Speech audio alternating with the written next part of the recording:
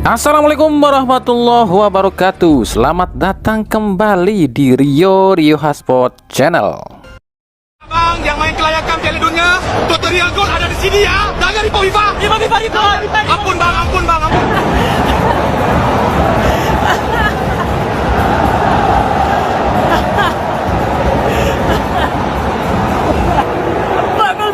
Let's go!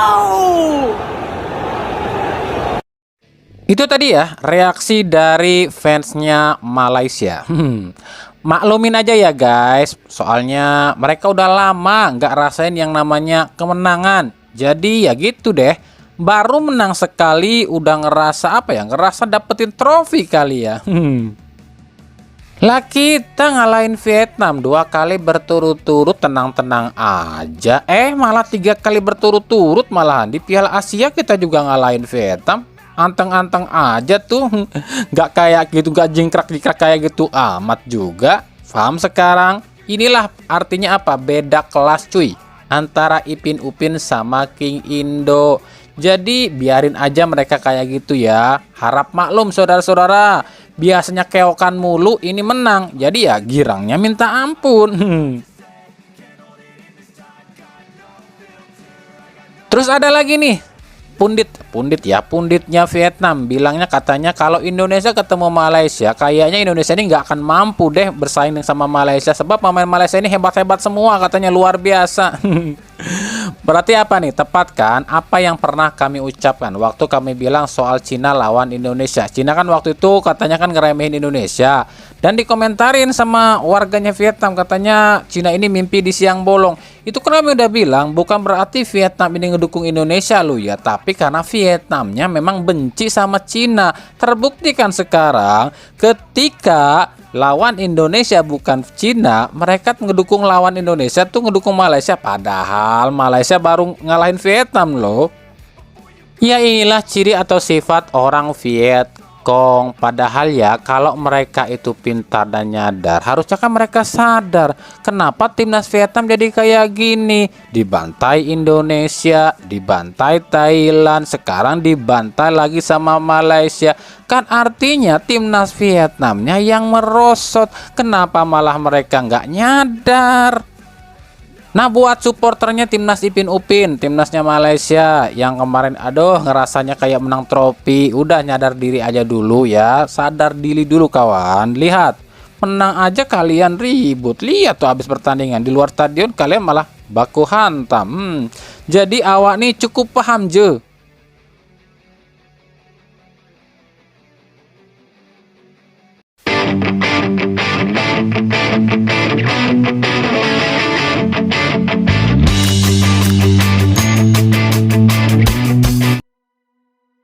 Kemarin di Kongres PSSI, Erick Thohir ini kabarnya sih mengubah beberapa statuta PSSI. Salah satunya yang diubahnya ini soal komandemen alias pimpinan pucuk. Jadi dengan diubahnya beberapa statuta di PSSI, kini kemungkinan ketum itu memiliki kekuasaan yang lebih besar di PSSI dibanding Esko PSSI. Yang artinya juga kemungkinan saat ini Esko ini bukan lagi di atas ketum. Jadi mungkin bisa dibilang cuma sebagai partner atau rekan, atau mungkin bahkan di bawah ketum kali ya. Belum paham juga. Jadi gini, kan kalau sebelum-sebelumnya yang namanya Esko PSSI itu mungkin bisa dibilang sedikit di atas ketum ya, meskipun pada faktanya dalam susunan organisasi ketum di atas Esko. Tapi ketum itu ketika ingin ngambil sebuah keputusan pasti minta persetujuan Esko dong. Nah sekarang dibalik, Esko itu nggak bisa lagi ngambil keputusan. Ya kalau ketumnya udah bikin keputusan ya Esko harus nurutin gitu loh. Nah, yang jadi pertanyaan netizen, kenapa kok tiba-tiba Erick Thohir merubah beberapa statuta PSSI? Karena memang ada isu ya yang sangat beredar belakangan ini. Kalau katanya sih, Erick Thohir ini mulai tersingkir dalam dunia politik. Dalam Kementerian BUMN, Erick Thohir kabarnya tak punya lagi kuasa buat mengambil keputusan. Semua keputusan di Kementerian BUMN kabarnya diambil alih oleh Danantara, sebuah lembaga yang dikendalikan oleh orang dekatnya Presiden Prabowo. Jadi Erick Thohir ini di BUMN cuma tanda tangan doang.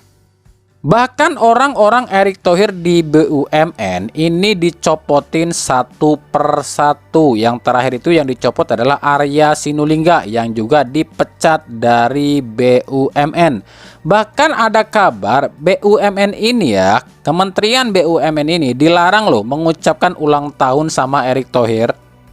Intinya kabarnya ada propaganda untuk menyingkirkan Erick Thohir dari BUMN. Kami sendiri nggak tahu pasti ya, ini tuh cuma kami sampaikan itu berdasarkan sebuah artikel ya. Nah, bagaimana dengan di PSSI? Ada kabar kemarin Erick Thohir pun kabarnya akan tersingkir dari kekuasaan di PSSI sebab ada isu, catat isu lo ya. Katanya PSSI ini akan di bawah kendali yang namanya Dewan Kehormatan. Dan kebetulan Dewan Kehormatannya saat ini dipegang oleh Presiden Prabowo. Dan kalau ini sampai terjadi, maka Erick Thohir benar-benar tersingkir dari dunia politik, coba disingkirkan, dari PSSI pun coba disingkirkan. Makanya Erick Thohir kemarin dalam Kongres merubah beberapa statuta dengan alasan yang mungkin ya salah satunya agar dia masih punya atau pegang kendali di PSSI. Entahlah, kami pun puyeng ngelihat sepak bola Indonesia udah gado-gado, campur aduk dengan politik, puyeng, ribet, nggak tahu arahnya mau kemana nih sepak bola Indonesia. Karena ya kami pun serba salah sepak bola di Indonesia itu. Di satu sisi kalau PSSI nggak dicampur adukan dengan politik atau nggak dipegang sama orang pemerintahan, ya nantinya kayak yang udah dicuekin FIFA, dicuekin AFC, dicuekin AFF, dan juga bahkan selalu dianaktirikan. Tapi di sisi lain, inilah resiko ketika sepak bola Indonesia ini dicampur adukan, digado-gadokan dengan yang namanya politik, apalagi dikendalikan oleh orang pemerintahan. Ya seperti ini, ketika musuh-musuh politik dia ini mulai bekerja, ya sepak bolanya pun akan kena. Maka dengan kenyataan seperti ini, mungkin benar apa yang diucapkan Tom Bier, sepak bola di Indonesia itu nggak akan pernah maju karena lebih besar politiknya dibanding sepak bolanya. Dan ingat, kami pun jauh sebelum Tom Bier ini jadi viral seperti sekarang, kami udah pernah mengatakan ini. Kami udah pernah bilang ini. Mungkin buat kalian yang udah dari dulu ngikutin channel ini, pasti pernah ngedenger kami bilang kayak gini. Dulu tuh kami pernah bilang, sepak bola di Indonesia itu 75%-nya politik, 25%-nya adalah baru sepak bola. Bener dong, kami pernah ngomong gitu. Dan ini terbukti. Bukan cuma kami yang riset lu ya, Tom Bier pun setelah riset di Indonesia mengatakan hal yang serupa. Entahlah. Tapi kalau kami pribadi gini loh menganggapnya ya semoga aja dengan apa yang terjadi di dunia politik yang dipegang oleh ketum PSSI sekarang ini nggak mempengaruhi ke sepak bola Indonesianya ya. Intinya ya tetap evaluasi untuk timnas dan sepak bola Indonesia itu sangat diperlukan dan menjadi PR yang besar buat ketum PSSI ya. Ya kalau katanya ketum PSSI bermimpi ingin membuat sepak bola Indonesia seperti Jepang, ya maka mulailah seperti Jepang. Jepang itu bibitnya aja emang udah bola. Dari kecil anak-anak di Jepang udah diajarin bola. Kenapa demikian? Karena di Jepang itu SSB alias sekolah sepak bola itu gratis semua. Jadi anak-anak di Jepang itu tinggal masuk SSB diajarin bola. Lah di Indonesia SSB harus bayar jutaan. Orang tua juga mikir, aduh SSB jutaan rupiah, mending buat makan lah. Akhirnya apa? Si anak-anak yang punya talenta ini pun akhirnya berpindah haluan. Daripada SSB yang mahal, mending cari yang murah. Apa itu? Main PS lah. Karena bibit dari kecilnya udah main PS, wajar Indonesia beberapa kali juara dunia PS karena bibitnya aja main PS. Karena di dunia ini realita dan fakta yang berkembang itu memang terjadi kenyataan. Usaha tak mengkhianati hasil. Usaha dari kecil itu main bola, hasilnya timnas Jepang seperti sekarang. Ketika Indonesia usaha dari kecilnya main PS, ya hasilnya apa? Juara dunia PS, dan itu sebuah realita. Betul apa betul?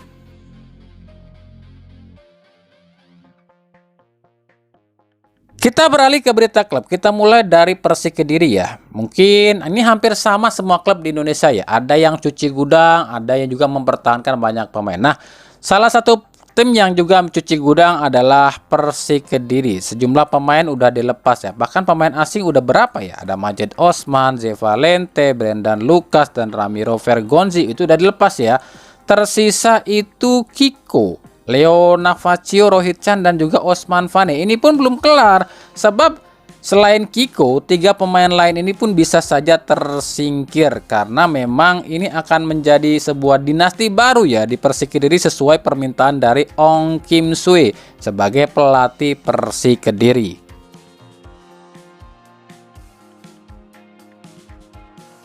Ripal Wahyudi, gelandang jangkar asal Garut ini kabarnya batal nih bergabung dengan PSS Sleman. Ripal Wahyudi justru kabarnya akan nyebrang nih ke barat, yakni ke Pulau Sumatera, ke tim merah. Udah hafal dong tim merah Liga 1 di mana, tim apa tuh di Sumatera.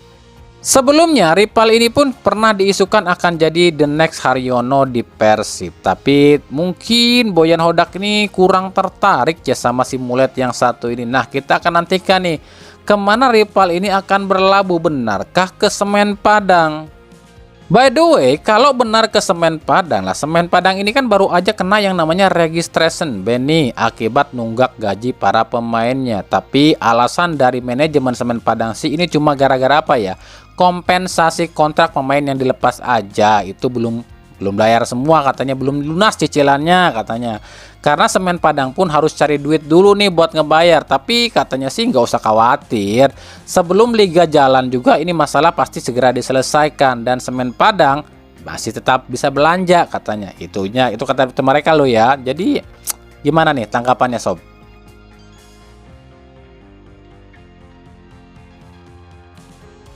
Dari Madura United ada nama Valery Grishin, striker asal Ukraina berusia 31 tahun, bertinggi tubuh 183 cm. Nah, musim lalu main di Liga Bangladesh.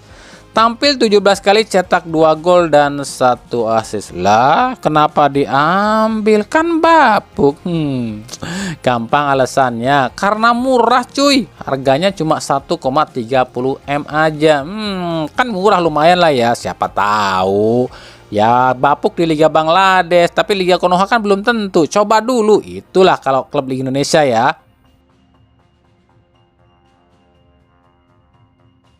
Dari Persija Jakarta, Persija kabarnya siap menikung Persib dalam mendapatkan Lucas Ribamar. Menikung? Emangnya Ribamar udah pasti ke Persib? Itu kan baru sebatas rumor. Iya, Lucas Ribamar, striker asal Brazil milik Tanhua FC di Vietnam. Nah, uniknya di Transfermarkt itu belum ada loh Ribamar ini dirumorkan ke tim mana. Ribamar sendiri memang pernah diisukan merapat ke beberapa tim di Liga 1. Ke Persija dan Madura pun pernah. Ke Madura itu dirumorkan di tahun 2023-2024. Sementara ke Persija musim lalu ya, Ribamar ini dirumorkan ke Persija.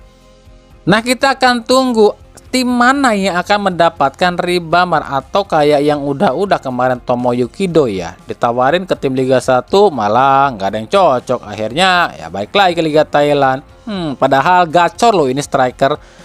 Dia ini di Tanhua 19 kali main, cetak 11 gol dan 7 assist. Kalau dari harganya sih ini cocok banget nih ke Liga Indonesia. 3,48 miliar.